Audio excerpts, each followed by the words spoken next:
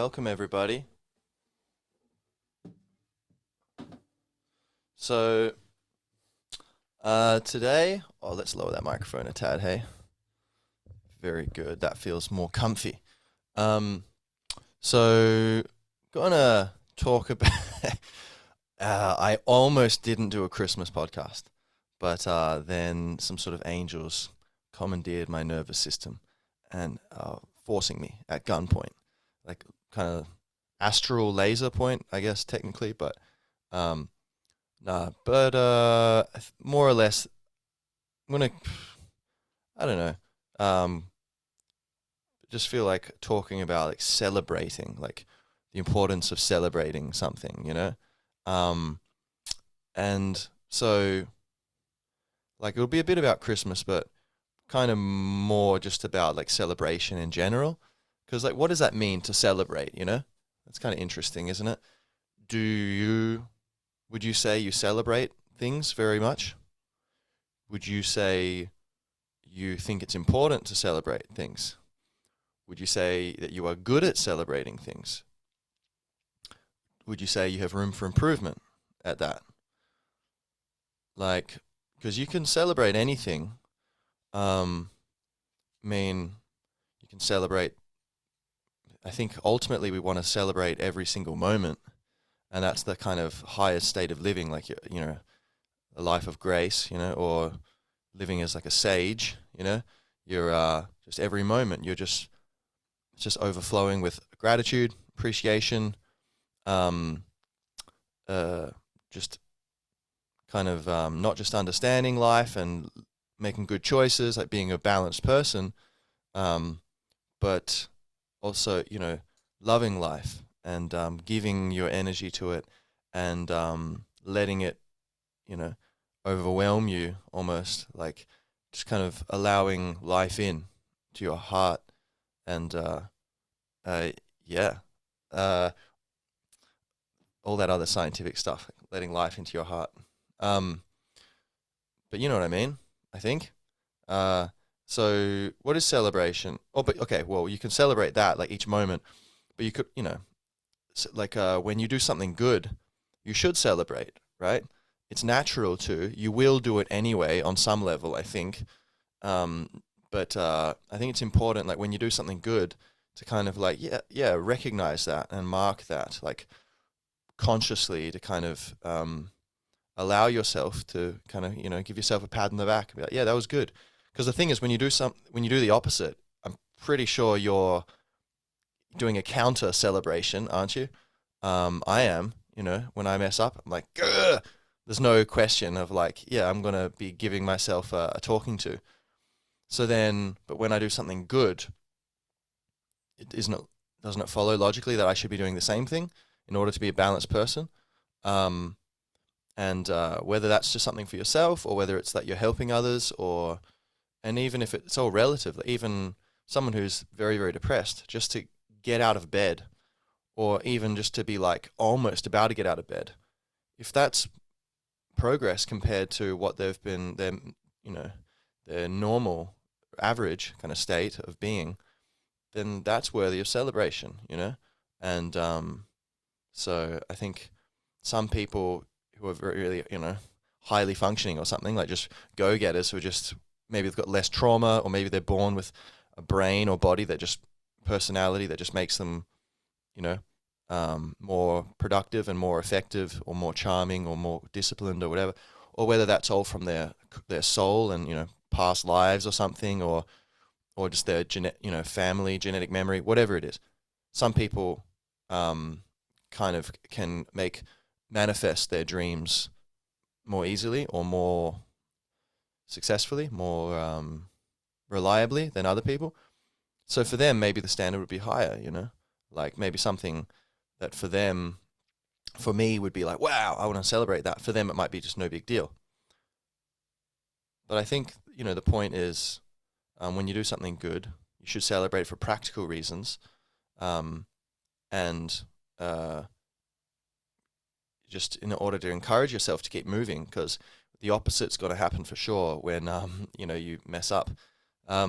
But then celebrating others to help them, encourage them, you know, your family, your friends, putting time into that, and not just being like too narcissistic or self-focused, but kind of, I think that's something I'm trying to work on more. Just kind of keeping in mind like all the people around me, and like when they do something good, to be able to genuinely just take a moment and kind of just let everything else fade away, and just like what they've done is all that exists for right now. And just, you don't need you could use words or whatever feels natural or whatever, but I think the main thing is just kind of paying attention to it and go, right, you got a new job. That's nice. That's cool. You know, even if it's that subtle, like they can notice that you're paying complete attention to them when they're giving you that good news. And maybe just taking a second, that can be huge to someone. And how often do people do that to you? It would probably feel nice for people to do that more, right? So why don't we be those people and do it to others, get the ball rolling. Act unto others as you would have them act unto you. And parents with kids, I think, or teachers with, students or kids or adults, whatever. I think it's important to, just give that encouragement. Could just be, that recognition of giving them a space, a little moment of your being is just totally for them, with them, and then all the way up from there. And I think, and if you're fine, like if you're someone who might find it a bit like, I don't know, odd to be like, what does that mean to celebrate someone? I think just starting from that place of just giving them a moment of your time and giving them your full attention, kind of just being with them, and kind of oh right, this is what you've done. Oh, cool. Or then or this is what you've decided you're going to do, or something. Even that could be something to celebrate. An intention, forming an intention is an achievement. It's the potential. It hasn't been actualized yet, but the potential has been actualized, right? Something's happened. And then I think from there just flows whatever feels natural. A smile, twinkle in the eye, some, words of, praise or encouragement or whatever, reassurance, but yeah. So, but I think it's not just a practical thing. Celebration it's like, I think, a deeply spiritual thing. It's kind of like getting back to that sage kind of mentality. I think like this state of joy and bliss seems to be kind of like a celebration where you're paying close attention to life. You're aware of all the negative stuff in life, and yet you're aware that the good outweighs the bad, and that even in that we exist, at all. But that even when in your life it might seem that, in the events of your life, the bad outweighs the good. It might seem that way, Maybe you could make an argument that it is true. Still, we can be grateful for the good things, and it could be worse, And but yeah, I think it's almost like to celebrate. I think a lot of people would find that hard. I've found that hard at times when I'm just like, if I was, in the blues, and then hearing me here talking about it, be like, doesn't resonate at all. I just do not feel like doing that. Like, that just doesn't sound, whether it's in a moment or for some, like once a year, like a set time, like Christmas or something, like celebrating something. Like, I just don't want to do it. Why would I do that? Doesn't feel, like a good idea. I think that's kind of like a blockage that I think on the other side of that, like if you can manage to celebrate something, you will find yourself in a place of greater happiness, peace, self-control, less suffering. So whether it's on a practical level of just making yourself feel better, or on a level of like spiritual growth and trying to be a more advanced being, or like trying to be more conscious and just the curiosity of existence, like what's going on? How can I have a more elevated perspective? Celebration, I think, is definitely kind of a marker of progress there, like the ability to celebrate life and people and situations. But then, Lots of little nooks and crannies here in my mind. Um, so spiritual growth, practical reasons. Oh yeah, and then you know, just for other people, you know, even if you're at such a point where you're like, even feeling good, I don't care about feeling good. Um, that's pretty heavy if that's where you are. But you know, I guess we've all been there at times. Uh, so if that's where you are, then I think, you know, one way to think about it is like, for other people, do other people still matter to you? Because it gets to a point where if you're so numb to suffering that you're numb to others suffering, then you're at a very dangerous point, because it's almost like you're no longer a victim, you're becoming a villain, you know? It's pretty crazy. Like, oh, you know, I've had a lot of problems and I'm suffering. Yeah. Yeah, heavy. But if you get to the point where you don't no longer care about other people suffering, then I think you've kind of gone to the point where like, well, you kind of maybe no longer deserve sympathy, because which is a pretty crazy thing to say. Sounds pretty crazy as I'm saying it, but what I'm trying to express or trying to explore here is like, I think if we get to the point where, yeah, the well-being of others doesn't kind of resonate with us, we are no longer in a healthy frame of mind, and we basically, there's like a demon, a parasite in your mind, and you need to go to war and kind of get yourself out of the funk. And it doesn't matter if you feel numb. It's not about just me, you know. It's about like, you know, like the suffering of other people is real, you know, and it's a beautiful thing, and it's a good thing to try to support people. And so that's another reason to celebrate. It's kind of like as an act of um, as an act of kindness, or an act of defiance against the bullshit that can, you know, cloud our minds. So even if it's just coming from a place of anger against the demons that kind of can plague us, you know, as an act of, you know, in the game of chess against the demons in our minds, you know, yeah, why not get into kind of celebrating others, thinking more about others, and just trying to help others, lift them up. Anyway, so what is celebration? I mean, yeah, I guess I talked about it a tiny bit, but like, what is celebration? I guess it's like you're, on one level, it's just like an energetic overflowing, right? You're like letting the good vibes escalate, and you know, you go out and have a few pints and play some music or something, or you're, you know, someone's kids just brought a great drawing, or a little drawing home. Maybe it's not even that good, but you know, to celebrate it is go, wow, great. Pay attention to it and kind of allow the positive in something to grow in your mind. Allow yourself to be impressed by the positive aspects of something. And it could be the whole universe, celebrating life, or it could be celebrating a drawing, or celebrating a cup of coffee like this. Let me celebrate this coffee.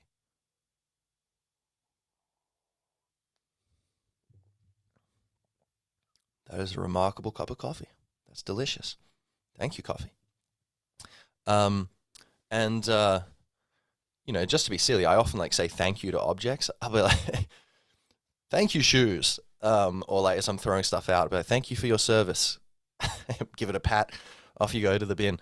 And like, you know, uh, on one level, part of me like wonders whether it seems the whole universe is consciousness. So what exactly does that mean?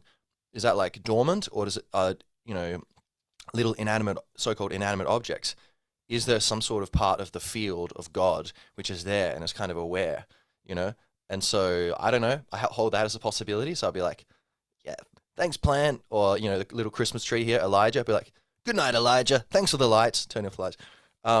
But then I'm aware, like, you know, maybe that's not the case. And so, but I'm all just at a very basic level, at a minimum, by celebrating these things or appreciating things, and kind of, you know, even saying thank you to like random objects or something. I was talking to my guitar or my Egyptian statue or something. It's like you're focusing your mind on the positive, you know? And so that's, if you don't like suffering, if you don't like depression and anxiety, and loneliness and fear and mediocrity and guilt and shame and wasted potential, and all these horrible things, then yeah, a bit of gratitude's the attitude, and appreciating things, and even I guess celebration would be like maybe a high form or a deep form of gratitude, where yeah, you're letting that kind of become the dominant like emotion in you or something. Yeah, who knows? But anyway, you know, we can think about what it is, but we all kind of know, right? You know how to celebrate. Like, you know, allow yourself to really appreciate something. Like that's enough, you know, detail, I guess. But so, or listening to music, and you know, to really really dig it, you know, you're celebrating that music. You're um, letting its value soar in your mind. So, but yeah, so we can celebrate like a moment, or and I think throughout the day, you know, even mediocre stuff, like you're on a bus and there's people having an annoying conversation behind you. You know, is it possible for us to celebrate even that? Be like, well, I'm sitting in this chair. Like, you know, this doesn't seem very special, but investigate it. I think we can celebrate anything, you know? So we could go, oh, well, I mean, there's no horse pulling this bus. That's pretty crazy. This bus just moves on its own. Well, that would have blown the minds of my ancestors. Like, okay, that's kind of cool. Oh, all the clothes I'm wearing, where are they from? This is like what, India? That's like China. There's Bangladesh. That's Ireland or whatever. But like all these, you know, things being coming from all around the world. And then what is this made of? That's made from wool. So that was from sheep somewhere in like Australia maybe. And then this is from what cotton, or like, oh, like polyester or something. And just in your mind, kind of imagining where everything comes from, and just seeing it's like this gathering of random objects coming together. All right, lads. We'll meet up in 2 years' time on Jamie's body in a bus. Yeah. All right, great. And then all these little, you know, threads and fibers and, you know, materials just kind of conspire to eventually get their way around the world via free market capitalism. Shout out to free market capitalism, spreading goods and, you know, financial, well, basic survival, well-being, economic well-being to the people. Kind of just coming in together, and here we are on a bus. We're like, oh, cool. So you could kind of appreciate, you know, the moment from that perspective. Like, well, there's a lot more going on in this moment than I was thinking. Or like, oh, my body is just like this superstructure of protons, electrons, and neutrons, and formed into organs. And you know, my kidney, my left kidney or something. You know, it's like, isn't that like, you know, how many cells are in that? You know, it's like billions or something. And then each cell is extremely complicated. There's like mitochondria, and they're like the factory or something of energy, and then there's all this stuff in between, and madness, you know. And you can kind of see it as like you're like, you know, you're like a continent, and all your organs are like countries, and within them, you know, the different structures are like cities, and within them, you know, like the different proteins and stuff are like skyscrapers compared to the size of other little parts in there or whatever. And you know, if you want. So now what's the point? The point is that's an extreme case of sitting on a bus while people are having an annoying conversation behind you. Okay, one more thing. You could even think about, you know, these people and where they come from, or like, you know, people doing their best, and, you know, like people, maybe they weren't raised in the most, you know, the best family or something, or maybe, you know, the culture they got was a bit trashy and kind of low consciousness, you know, not much magic there. It's all kind of geared towards creating consumers or people who don't think for themselves or whatever. Any even negative or bland or banal things, I think we can, with the right attitude, we can celebrate and find the positive in things. There's still the negative, but who needs to focus more on that? That's the autopilot, you know. It's all looking for problems to fix. That's, I guess, how our ancestors survived, you know, being like, what are the problems, and focusing on it in order to, you know, it has a bigger impact on us. So celebration is kind of like this cultivation of the balancing of like bringing a positive frame of mind to things. And, you know, some people like say maybe it's hard. I'm sure it's hard for a lot of people to be able to celebrate something boring, or especially even, you know, like something negative, outright negative, you know. It's going to be difficult to do it for most of us, but that's a skill we can practice, And so I think even in individual moments, every moment we can at least try to celebrate. And even if we don't succeed, it's going to be better for us. It's going to help us. It's going to help others. We're going to learn, and we're going to feel better, even slightly better, At least we can say, you'll probably feel slightly better. But even if you didn't, you could go, all right, well, I tried. So, it's like a little workout for the mind or the heart, I put a little bit of work into the fight against existential angst and the unsatisfactoriness of life. So that's just a moment, and then there's so many beautiful moments that come up, which will be easy to celebrate, of course. And then we mentioned, like celebrating, successes of ourselves and others. So others, that's maybe for some people that might be harder. So other people it might be easier, I guess. But to celebrate oneself, and even more than just what we do and what we achieve, right? Doing kind of difficult, worthy things which help us or others. But just who we are, celebrating ourselves. Like, you are a unique being. Anyone who's listening to this, it's going in your ears, presumably due to your diet and your lifestyle and habits and genetics and whatever. The ears you have and the brain you have that's receiving the signals, or the eyes, if you're watching this as well, they're different. There's no one exactly like you. So even the sound or the visuals, it's quite likely, I think it's certain actually, that no one else has the exact same experience of this podcast as you do. And so that's unique. Basically it's more or less the same, but not exactly, right? It's going to be, you have other background sounds going on, or sensations, or things happening, or events that have happened or are going to happen. So you're kind of hovering around in your mind like some sort of entourage of roadies and drug dealers. So, your experience of this is totally unique. And that's just this one moment, that one little thing. But just in general, recognizing that we are all totally unique. We're floating in the middle of infinity, and we're able to be aware of that. That is, we could go into much more depth about why we should celebrate ourselves. But I think at a basic thing, just that we are sentient beings. Here we are. I mean, come on, that's surely worthy of celebration.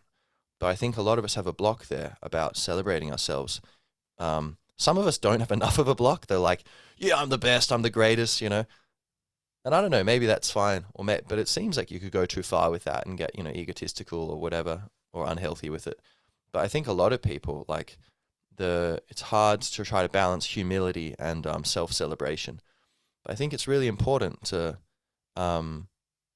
be able to see ourselves almost just as a stranger and just see ourselves from outside. Sois de toi-même, sors de toi-même, get outside yourself. And kind of just see that's a worthy being. That's a noble being. This person is living with light and dark, and past and future, and all the madness of existing.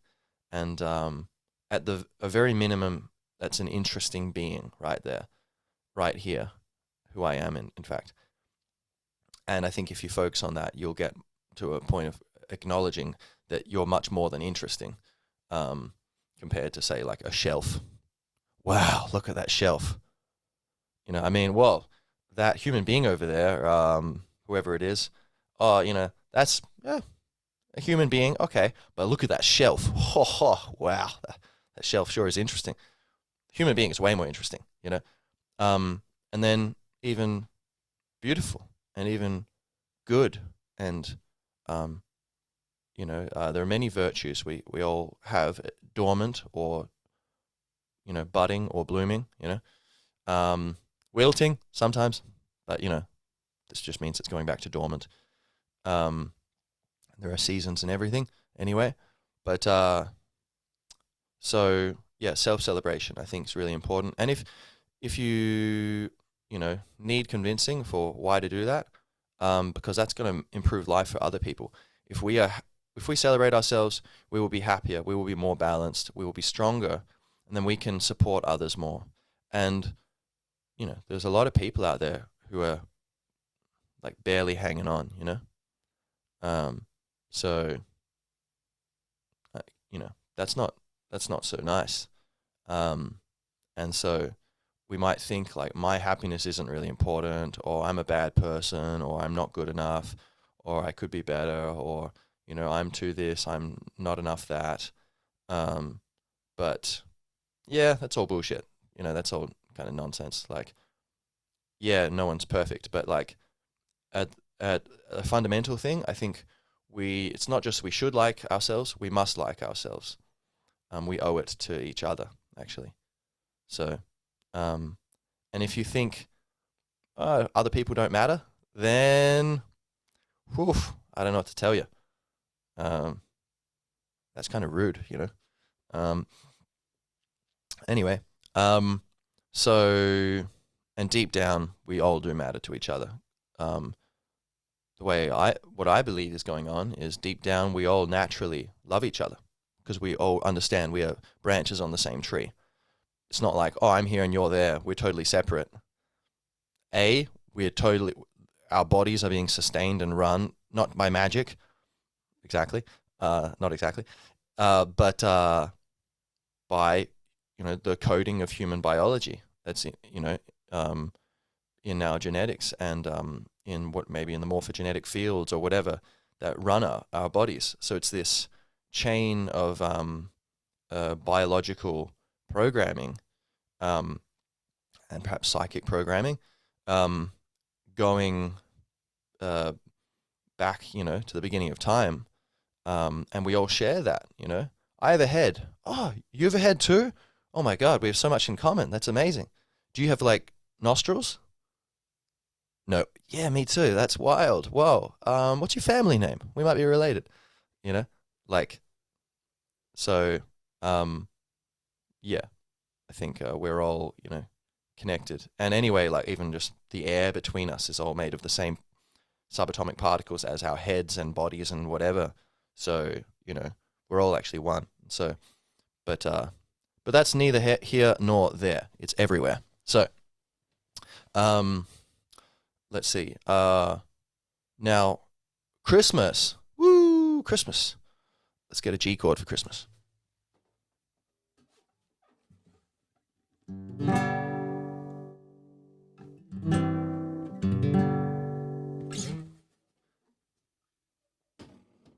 So, Christmas would be like, or like, a celebration, right? Like a festival, like an annual intentional celebration of we're going to celebrate this time every year. And, so that's a bit different, more formalized kind of celebration. And, I think like Christmas, like, there's a lot of cliche and commercialism, consumerism, materialism, it's like a lot of it's pretty gross, to be honest. Like, I went Christmas shopping and a lot of it's like, oh my God, it's just this insincere music. Like, tell you what Christmas means to me, babe. Ugh, like, I don't believe you. I do not believe you. Like, I think Christmas to you means money, sir. You want that, or attention or something. Maybe I'm being cynical, but, and, like, seems like a lot of, people buying stuff that they don't need or their loved ones don't need, but they feel like socially obliged to participate in the, oh my God, if they get me stuff and I don't get them, I can't just make something for them or give them a drawing or give them my time and attention. Oh my God, no, like that's not enough, So there's this kind of guilt-tripping culture of cultish kind of everyone being and corporately nudged and encouraged culture of like consumerism and spending, and wastefulness. A lot of these things are just going to get thrown away, never mind just the packaging, So, and it would be one thing if it was really satisfying for people, but it's not like that really actually satisfies people. I think a lot of people don't find it very satisfying. It's kind of just a stress. Oh yeah, Christmas, great. It'd be like, oh my God, it's stressful. We got to get everything ready. Da, da. And then Christmas comes and like, oh God, okay, we got through it, and we cooked everything, and like we got these presents, and that was interesting for a little bit, but then okay, the presents maybe lose their interest, a lot of them, pretty quick, and then all right, what's next? So I think, but trying to celebrate again, even if it's not perfect, trying to celebrate itself is a good thing. But but but I actually think Christmas is a good thing. But it's just I'm acknowledging that I think it's pretty warped. Like the mainstream version of Christmas is pretty warped at this point. Like yeah, drink Coca-Cola, spend money, and whatever. And say, what's Christmas about? Is it about giving presents or getting presents? If you ask, kids, I don't know, but I kind of feel like a lot of kids, maybe they would know. That's a trick question, but giving, right? But I think a lot of them would be like if you say, what are you looking forward to about Christmas? Or what happens at Christmas? Oh, I get presents. How many kids are going to say, oh, I give presents? Or but maybe that's just part of being young, and maybe it's that's okay, that's their experience, and as they grow up they'll start, and as they become adults and maybe have their own kids, then they'll kind of understand fully the meaning of it. Oh, it's about giving. I don't know, but I kind of suspect that there's a bit of cultural degeneration going on there, and that for economic reasons we are being kind of shepherded into, or have been shepherded into, a kind of less authentic version of this holiday or this festival. But which is fair enough. That's just the way things have gone, it seems. And it's not really a problem. It's just an opportunity to grow and learn, like everything, I think. Any negative thing, is it a problem, or is it a situation that we don't like? And a situation that can teach us how to be happy, because we can either change it or accept it. Either way, we're going to be learning something, we're going to be growing. So I think, but yeah, I think the good things about Christmas, like, yeah, like it's a celebration. And here's the thing. So it's not just a celebration of something that's happened or who you are or something. It's a celebration of values. And I think that's really important in a culture, like celebrating values, things which we think are important. What's more important, like looking good or being good? What's more important, generosity or I don't know, discipline, self-control? They're both good things. What's more important? I don't know. That's what cultures are kind of like huge collective personalities, and different people kind of value different things more than others, and different cultures value different things more than others. And some value family, like Eastern cultures tend to value family and kind of authority, like obedience basically to authority, more than say Western cultures.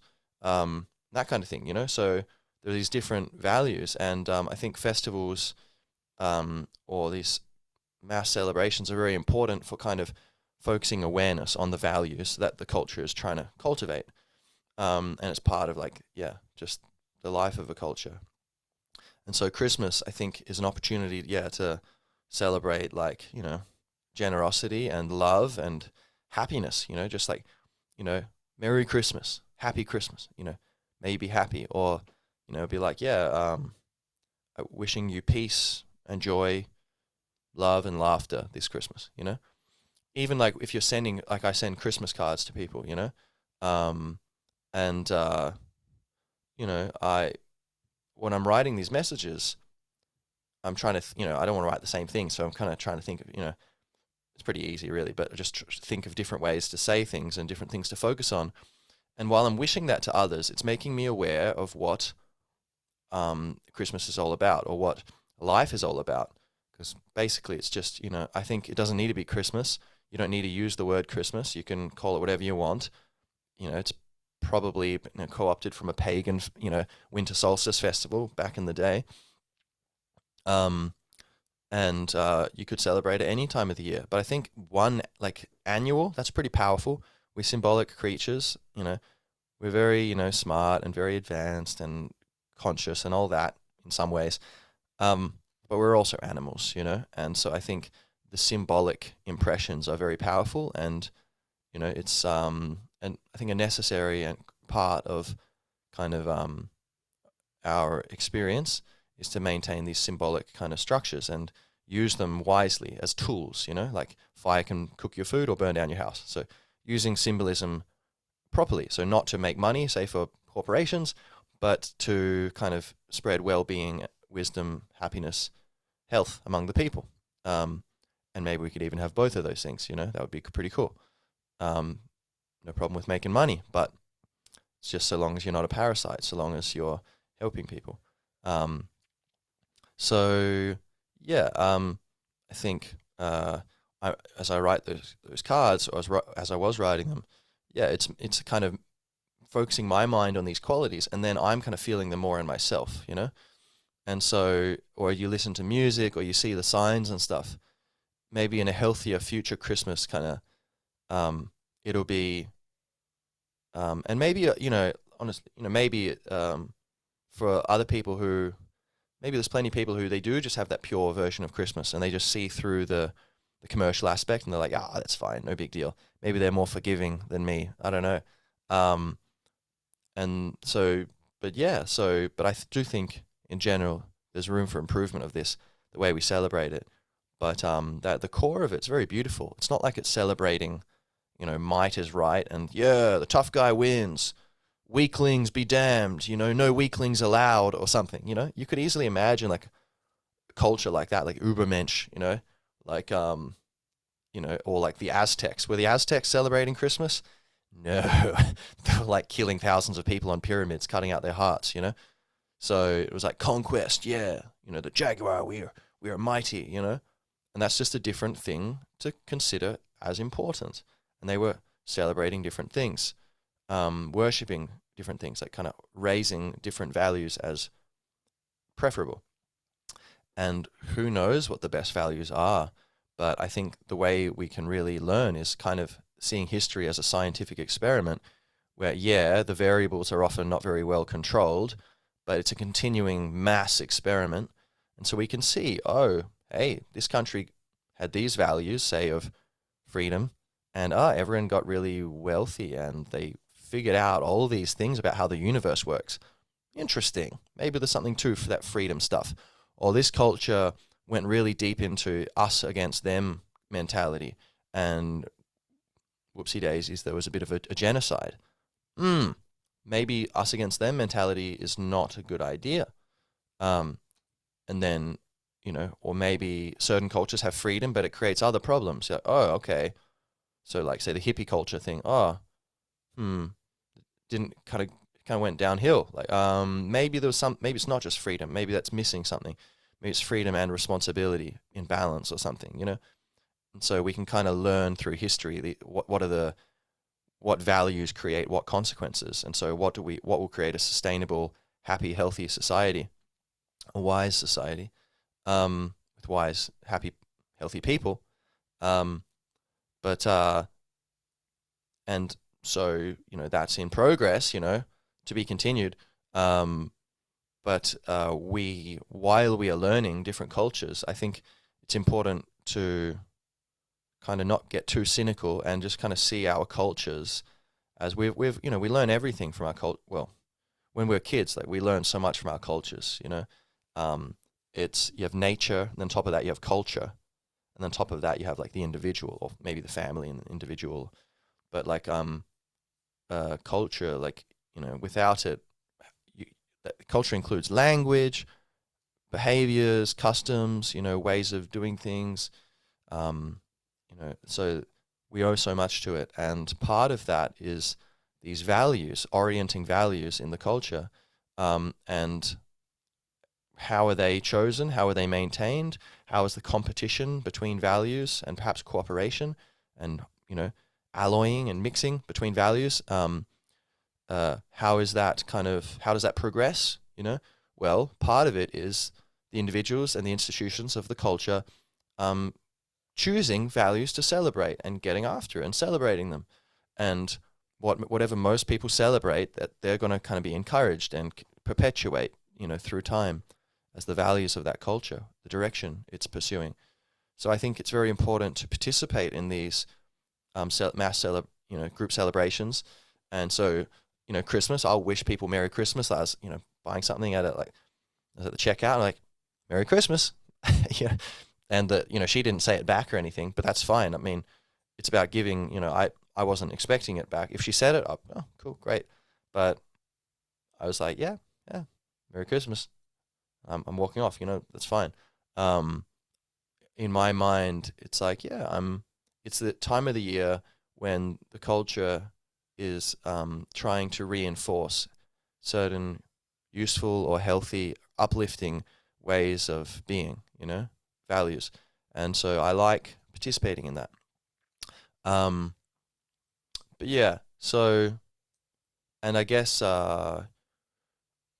are all free to, if we have other values we would rather celebrate, we're free to celebrate them ourselves, even at a formalized set time every year or every 3 months or whatever, or every few years, whatever, or every moment or every day. And we're free to invite others to do the same thing and do it together. But yeah, so I do think Christmas is, it's not so bad. It's a good celebration, and one that I encourage you not to be too cynical and like, Christmas, that's dumb. That's for kids, But like, well, what's so dumb about love, man? You think you're smarter than love? And even if you don't even specifically say, "Oh, Merry Christmas," maybe your friends would laugh at you or something like, oh, "Are you a Christian? Are you one of them crazy people with robes, self-flagellating in the darkness?" You could just be nicer to people or more generous, embody the values silently without mentioning it. And so you're still celebrating Christmas that way. Yeah, so that's kind of my thoughts on celebration. I think as we grow wiser ourselves, and then collectively the celebrations will shift and we'll start celebrating more instead of, for example, celebrities. Oh yeah, celebrity celebration. That must be connected, right? People we celebrate.